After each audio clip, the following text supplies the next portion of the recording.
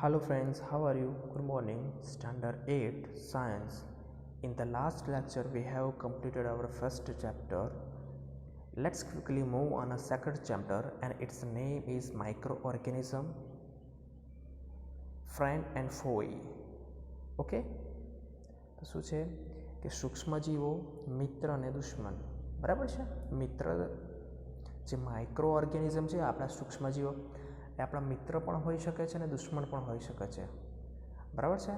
અત્યારે તમે જોઈ શકો છો કે વાયરસ, કોરોના વાયરસ, બરાબર છે. કોરોના વાયરસ શું છે?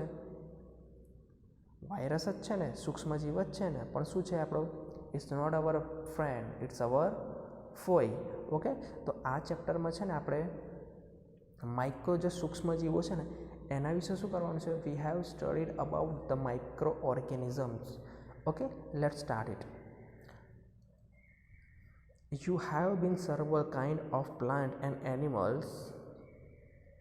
However, there are other living organisms around us which we normally cannot see. Okay, તો આપણે શું છે કે આપણે આપણી આસપાસ વનસ્પતિઓ અને પ્રાણીઓ સહિત અનેક સજીવ છે, બરાબર છે. પરંતુ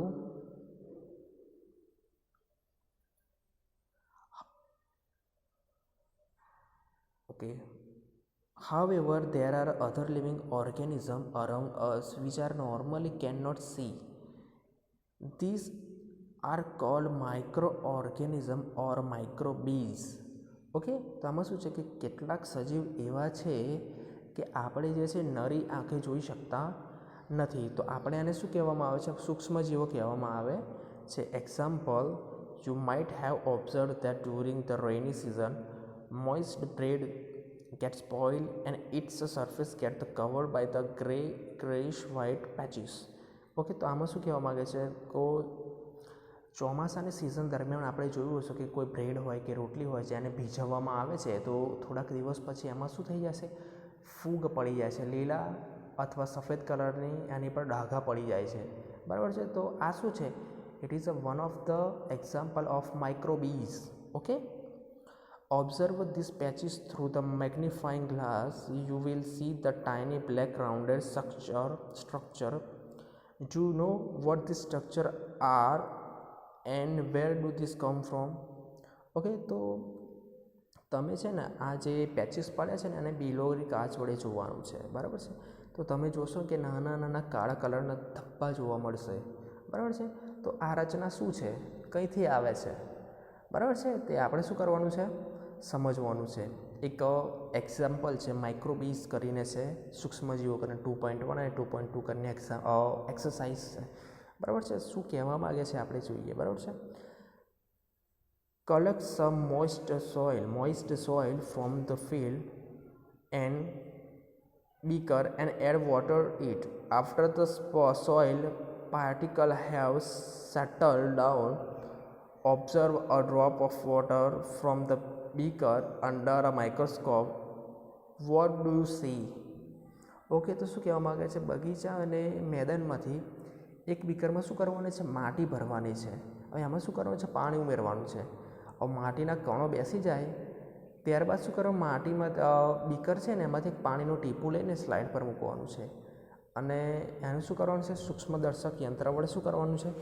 અવલોકન કરવાનું છે, બરાબર છે. હવે નેક્સ્ટ વન છે activity 2.2. Okay, activity, what does activity 2.2 say? Take a few drops of water from a pond, spread on a glass slide and observe through the microscope. Okay, તો તળાવ, પોન્ડ એટલે શું? વોટ ઇઝ ધ તળાવ, બરાબર છે. તળાવમાંથી શું લેવાનું છે? પાણીના કેટલાક ટીપા લેવાના છે. હવે ટીપાને શું કરવાનું છે? કાચની સ્લાઇડ પર ફેરવવાના છે અને માઇક્રોસ્કોપની મદદથી અવલોકન કરવાનું છે, બરાબર છે. તો આ બધું કરીને આપણને શું ખબર પડશે કે this observation show that the water and soil are full of tiny microorganisms. Though not all of them fall into the category of microbes, these microorganisms or microbes are so small in size that they cannot be seen with the unnailed eyes. Okay, તો આમાં શું કહેવામાં આવે છે કે આ અવલોકન છે ને આના પરથી આપણને ચોક્કસપણે ખ્યાલ આવી જાય છે કે માટી અને પાણી છે એમાં નાના નાના સૂક્ષ્મજીવો રહે છે, બરાબર છે. હવે દરેક સૂક્ષ્મજીવો છે એને કક્ષામાં મૂકી શકાતા નથી, કારણ કે આ એટલા નાના હોય છે કે તેને શું કરવામાં નરી આંખે જોઈ શકતા નથી, બરાબર છે. Some of these, such as fungus that grow on a bread, can be seen with the magnifying glass. Other cannot be seen without the help of a microscope. That is why these are called a microorganism or a microbes. Okay, તો કેટલાક bread જેવા ઉગવાળી bread છે, ફૂગ છે, બિલોડી કાચની મદદથી જોઈ શકાય છે, બરાબર છે. અને અન્ય જે છે ને માઇક્રોસ્કોપ વગર જોઈ શકાતા નથી. આ જ કારણ છે કે આપણે આને શું કહીએ છીએ, સૂક્ષ્મજીવો કહીએ છીએ. Micro organism are classified into the 4 major groups. These groups are bacteria, fungi, protozoa and some are algaes. Okay, તો સૂક્ષ્મજીવો છે એને કેટલા ભાગમાં વહેંચી શકાય છે? 4 ભાગમાં વહેંચી શકાય.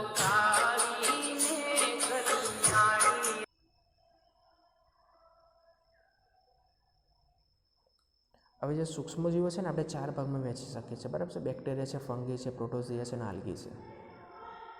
ઓકે, તો હવે આમાંના જે સૂક્ષ્મજીવો છે ને એ આકૃતિ 2.1 અને 2.4માં દર્શાવેલા છે, બરાબર છે. હવે આનું પેજ છે 2.1. Okay, let's look at the figure number 2.1. okay, this is a 2.1 figure number and this is a 2.4. okay, bread mould છે, પેનિસિલિન છે અને એસ્પરજીલસ છે. Okay, this is a form of bacteria and this is a fungi. okay, there is a 3 example of fungi: bread mold, penicillin and aspergillus. okay, first topic, virus. Virus are also microscopic but are the different from the other microorganism. They however reproduce only inside the cell of the host organism, which may be bacterium, plant or animal. Okay, તો આમાં શું કહેવા માગે છે? Virus પણ કેવા છે? સૂક્ષ્મદર્શી હોય છે, બરાબર છે. એ બહુ ખૂબ જ નાના હોય છે, પરંતુ તે અન્ય સૂક્ષ્મજીવો કરતાં વિભિન્ન હોય છે. તે માત્ર યજમાનના કોષમાં જ વિભાજન પામે છે, અર્થાત બેક્ટેરિયા અને વનસ્પતિ અથવા પ્રાણીઓમાં વિભાજન પામે છે. ઓકે, આકૃતિ છે some of the virus shown in the figure number 2.5. એટલે આકૃતિ 2.5 છે. Look at the viruses 2.5. તો આ જે છે એ શું છે? ફિગર છે વાયરસની. ઓકે, તો આ શું છે? તો એક એક્ઝામ્પલ લઈ લઈએ, બરાબર છે. કોરોના વાયરસ છે. એ વાયરસ કોના આપણા શરીરમાં જઈને શું થાય છે? આનું વિભાજન થાય છે. 1માંથી 2 થાય છે, 2માંથી 3 થાય છે, બરાબર છે. અને મનુષ્ય પોતે શું થઈ જશે? વાયરસનો શું થઈ જશે? પોતે એક વાહક થઈ જાય છે, બરાબર છે. કંડક્ટર થઈ જાય છે. Okay,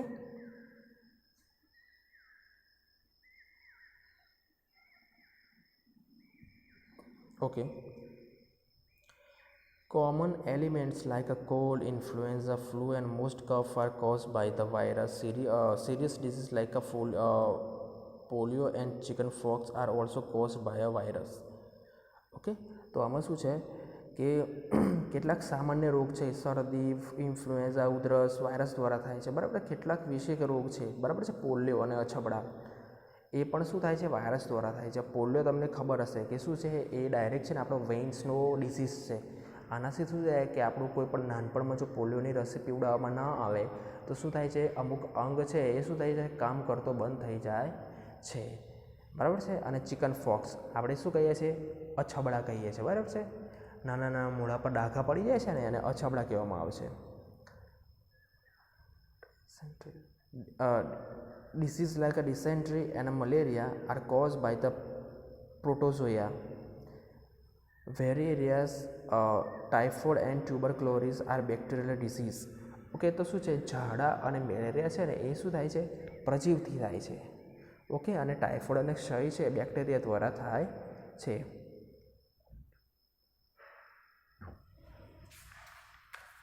okay, look at the figure. okay, bacteria છે 2.1માં ફિગર, 2.2માં શું છે આલ્ગી છે, એમાં શું છે 2.2માં ફર્સ્ટ છે ક્લેમિડોમોનાસ છે અને સ્પાયરોગાયરા છે.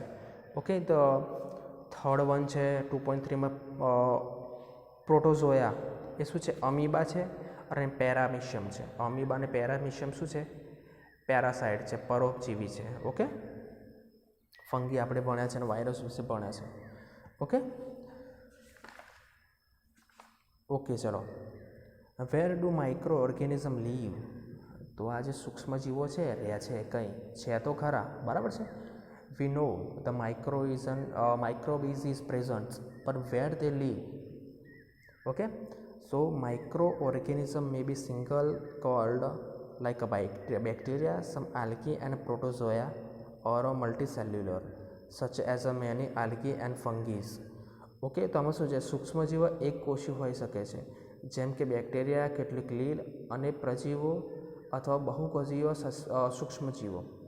ઓકે, જેવી કે લીલ અને ફૂગ.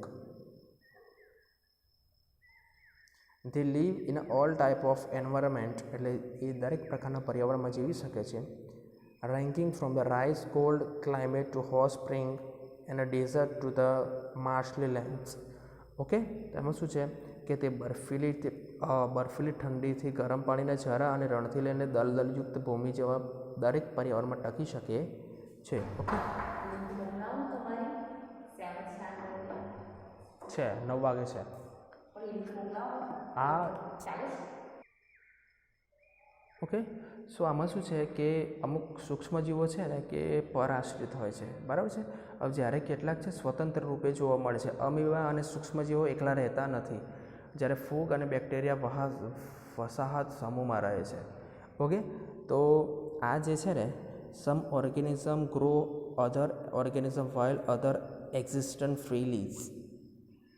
ઓકે, તો અમુક આલ્ગી છે અને ફૂગ છે એ શું છે સ્વતંત્ર રીતે રહે છે, બરાબર છે. અને અમીબા છે એ કેવું રહે છે એકલું જ જોવા મળે છે, બરાબર છે.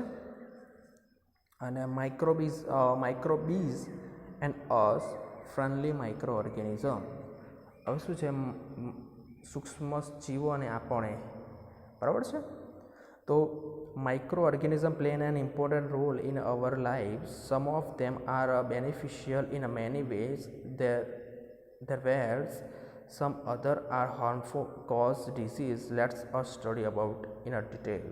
ઓકે, તો શું છે કે સૂક્ષ્મજીવો છે આપણા જીવનમાં મહત્ત્વપૂર્ણ ભૂમિકા ભજવે છે. તેમાંથી કેટલાક આપણા માટે લાભદાયી હોય છે તથા કેટલાક હાનિકારક અને રોગકારક હોય છે. હવે એને આપણે શું કરવાનું છે ભણવાનું છે. ઓકે.